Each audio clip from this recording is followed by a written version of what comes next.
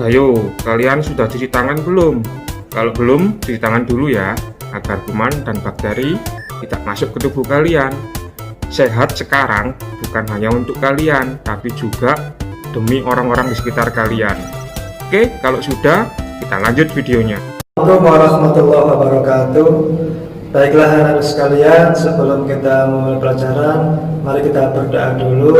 Berdoa sesuai agama dan keyakinan masing-masing. Harapannya semoga kita semua mendapat ilmu yang bermanfaat.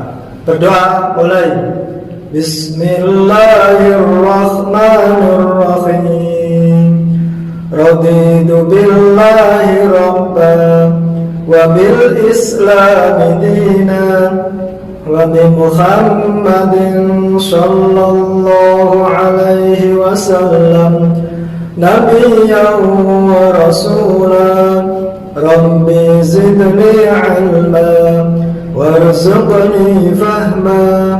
Rabbi shrah li sadri wa yassir li amri wahlul 'uqdatam min lisani yafqahu qawli. Amin ya rabbal alamin. Assalamualaikum warahmatullahi wabarakatuh. Kali ini kita akan belajar mengenai teks anekdot. Hal-hal yang perlu kita pelajari yaitu ada pengertian teks anekdot, perbedaan antara teks anekdot dan humor, struktur teks anekdot, kebahasaan teks anekdot, yang kemudian tujuan akhirnya yaitu kalian mampu menyusun teks anekdot itu sendiri. Yang pertama yaitu apa sih teks anekdot? Benar, teks yang mengandung unsur yang lucu namun digunakan untuk menyampaikan kebenaran. Bisa berupa kritikan atau sindiran, bisa berupa kebenaran mengenai sesuatu hal. Nah, teks anekdot berbeda dengan teks humor. Ya. Kemudian berikutnya yaitu pola penyajian teksnya. Teks anekdot biasanya bisa berupa dialog, percakapan antara dua orang mengenai suatu hal, bisa berupa narasi. Jadi seperti sebuah cerita, tetapi di akhirnya tersebut atau di isinya teks tersebut adalah berupa mengenai sesuatu hal yang perlu kita pahami. Nah, teks anekdot itu ini adalah salah satu contoh teks anekdot ya. Ada sebuah pesan dari sebuah acara TV ya, Ibu bacakan. Halo, dengan siapa di sini? Dengan Bapak Anwar. Oh, Bapak Anwar, apakah Bapak ini mendapatkan uang tunai sebesar 3 juta rupiah? Wah, mau banget. Gimana caranya? Kerja, Pak. Nah, di situ kemudian tidak ada tanggapan dari Bapak Anwar itu sendiri, ya kan? Di situ awalnya tokoh Anwar sebagai seseorang yang sepertinya mencari pekerjaan kepada acara TV tersebut mengharapkan uang itu tiba-tiba ada. Padahal kalau kita ingin mendapatkan uang berapapun itu nilainya, maka kita itu harus bekerja. Yang itu disampaikan kepada salah satu pemilik dari acara TV tersebut. Nah, di dalam teks ini memang kesannya ada lucu ya. Kesannya itu lucu. Cerita yang lucu dan unik ya. Jadi awalnya kita digiring opininya, kita sebagai pembaca atau kalian sebagai pembaca digiring opininya seolah-olah Bapak Anwar ini akan mendapatkan uang 3 juta rupiah. Tetapi pada dialog berikutnya ketika Bapak Anwar merespon bagaimana caranya, malah jawabannya ini yang kemudian kita menjadikan kita itu bisa mengambil hikmahnya, yaitu bahwa kalau kita ingin mendapatkan uang berapapun itu maka kita harus bekerja. Nah, itu adalah salah satu teks anekdot, salah satu unsur di dalam teks anekdot yang membedakan dengan teks-teks yang lain, yaitu ceritanya yang cenderung unik dan lucu. Kemudian topiknya luas, bisa mengenai apapun. Kalau di sini topiknya tentang pekerjaan ya, tentang mencari pekerjaan. Kemudian hasil rekaan, karena bisa saja Bapak Anwar dan salah satu pihak yang ada di acara TV ini adalah bukan aslinya namanya. Kemudian bukan pula harus ada, tetapi di sini lebih kepada menyampaikan maknanya. Dan ini juga merupakan kritikan atau sindiran apabila kalian merasa bahwasanya kalian yang merasa bahwa kalau kita tanpa bekerja kita bisa mendapatkan uang begitu, padahal tidak seperti itu ya. Dan di situ juga mengandung pesan moral. Jadi selain kita dibuat merasa ini kok lucu gitu kan Pak Anwarnya, kemudian ternyata di situ juga ada pesan moral yang membuat kita akhirnya oh iya ya gitu ya. Dan berikutnya, nah, teks anekdot itu berbeda dengan humor loh ya. Humor memang dua-duanya merupakan jenis atau genrenya yaitu cerita lucu.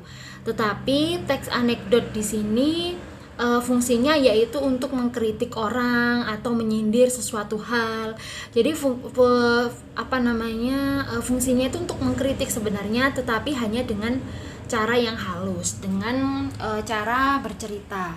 Jadi disampaikan dengan sebaik-baiknya. Nah, sedangkan pada humor atau cerita lucu itu sifatnya hanya menghibur semata, bahkan kadang tidak ada makna di balik itu semua atau pesan yang ingin disampaikan, hanya sekedar ya menghibur saja, begitu saja gitu ya.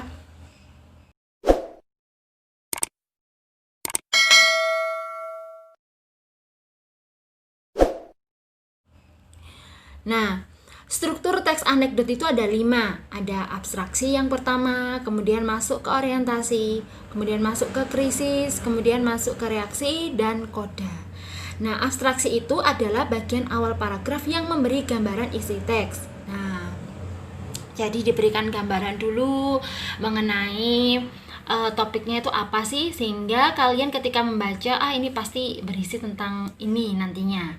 Kemudian yang kedua ada orientasi atau yang biasa kita kenal pada teks-teks yang lain itu adalah bagian pembukanya, yaitu bagian latar belakang cerita atau kejadian yang disampaikan dengan detail. Jadi di sini mulai ada disampaikan siapa tokohnya, apa yang menjadikan nantinya menjadi sebuah masalah gitu, yang kemudian dibawa pada bagian krisisnya, yaitu bagian yang terjadinya hal atau masalah yang unik atau tidak biasa pada si penulis atau tokoh yang diceritakan. Misalkan kalau tadi ada Pak Anwar, bagian krisisnya yaitu ketika Pak Anwar bertanya bagaimana cara mencari pekerjaannya, yang kemudian dibalas oleh salah satu pihak di stasiun TV-nya yaitu dengan cara bekerja. Nah, itu mungkin puncak dari krisisnya. Kemudian ada reaksi, yaitu bagian penyelesaian masalah. Di situ tidak ada tanggapan dari Pak Anwarnya pada teks anekdot sebelumnya tadi yang kalian baca. Karena Pak Anwar merasa bahwa pertama merasa bahwa oh iya ya gitu. Jadi kita itu kalau ingin mendapatkan uang maka kita harus bekerja, dan itu memang mutlak gitu ya. Kita nggak bisa mengharapkan tiba-tiba uang jatuh dari langit. Nah, berikutnya yaitu koda. Koda itu adalah sama dengan pesan ya, pesan moral atau pesan apa sih yang ingin disampaikan di baliknya. Bisa tersurat hanya dengan kita lihat saja seperti tadi, seperti antara Pak Anwar dengan pihak stasiun TV tadi. Bisa juga tersirat, jadi kita perlu benar-benar membacanya itu, oh ini loh maknanya di balik itu semua. Nah, bagian koda ini adalah bagian akhir dari cerita unik tersebut yang biasanya berupa kesimpulan kejadian, intinya yang membuat kita akhirnya oh ini yang ingin disampaikan oleh si penulis. Nah, kalau kalian ingin membaca mulai dari apa saja sih teks anekdot, bagaimana yang bentuknya dialog, yang bentuknya narasi, atau teks humor itu yang bagaimana yang kalau kalian baca. Nah, kalian bisa mengunjungi website SMK Yapenas Gempol. Kalian buka di sana, ada materi-materi dari Bapak Ibu guru yang bisa kalian pilih dan bisa kalian sesuaikan sesuai jadwal kalian. Nah, di sini ada salah satu contoh dari teks anekdot yang berupa narasi ya, narasi. Kisah pengadilan tindak pidana korupsi. Nah, di sini kalian bisa kalian baca. Lanjut. Nah, teks itu tadi Ibu gunakan untuk membahas pada kebahasaan teks anekdotnya. Kebahasaan teks anekdot sebenarnya kalau kita berbicara mengenai kebahasaan pada teks-teks yang ada pada pelajaran bahasa Indonesia sebenarnya hampir seluruhnya sama. Seperti yang Ibu taruh di bagian panah itu adalah bagian umum yang ada dalam penulisan sebuah teks. Pasti ada konjungsi, pasti ada kalimat, pasti ada kata. Yang kalau nggak ada itu semua maka tidak akan pernah ada sebuah tulisan, sebuah karangan ya. Jadi itu semua wajib ada. Hanya memang ada beberapa ciri khas yang dimiliki oleh masing-masing teks yang tidak dimiliki di teks-teks yang lain. Entah itu satu, entah itu dua. Nah, yang pertama kalau pada teks anekdot ini ada kata kiasnya. Jadi dia mengandung kata kias atau karena konotasi, karena pesannya tidak disampaikan secara langsung atau bisa juga disebut tersirat, maka butuh telaah atau butuh pemahaman dari si pembacanya itu. Jadi tidak hanya sekedar suatu cerita yang lucu saja, tapi ada sesuatu yang disampaikan di sana. Nah, di sini atau katanya itu memiliki makna ya. Di situ ada contoh pada teks yang sebelumnya, pada kalimat pertama ada yaitu puncak pengadilan. Nah, di situ ada kata puncak pengadilan. Nah, biasanya puncak digunakan pada gunung, tetapi di situ digunakan pada kata pengadilan yang bermakna pemutusan perkara atau vonis. Nah, jadi di situ teks itu berarti menceritakan sebuah sidang vonisan seseorang yang terdakwa ya. Yang kedua ada kalimat yang menyatakan peristiwa masa lalu. Nah, ternyata teks anekdot ini cenderung menceritakan hal-hal yang telah lampau gitu. Contohnya pada cerita tadi di kalimat pertama juga, pada puncak pengadilan korupsi politik, jaksa penuntut umum menyerang aksi. Walaupun tidak dijelaskan secara rinci pada kapan tepatnya, tetapi memang hal ini umum terjadi pada masyarakat kita. Yang ketiga yaitu kalimat sindiran. Nah, ini jelas ya. Diungkapkan dengan pengandaian, bisa perbandingan, dan bisa juga lawan kata atau antonimnya. Nah, di sini kalimat sindirannya diungkapkan pada permintaan maaf yang disampaikan oleh saksi kepada hakim yang mengira bahwa pertanyaan hakim tersebut tidak ditujukan kepada dia, melainkan ditujukan kepada hakimnya ya, kepada hakimnya itu tersebut. Nah, itu merupakan kalimat sindiran yang berarti bahwasannya terdakwa tidak bersalah sebenarnya. Jadi saksi tidak bersalah, melainkan yang melakukan kesalahan atau sebenarnya ini adalah sebuah tindakan suap gitu ya. Nah, yang keempat yaitu pertanyaan retoris ya, pertanyaan yang tidak membutuhkan jawaban sebenarnya. Biasanya diawali dengan kalimat bukankah.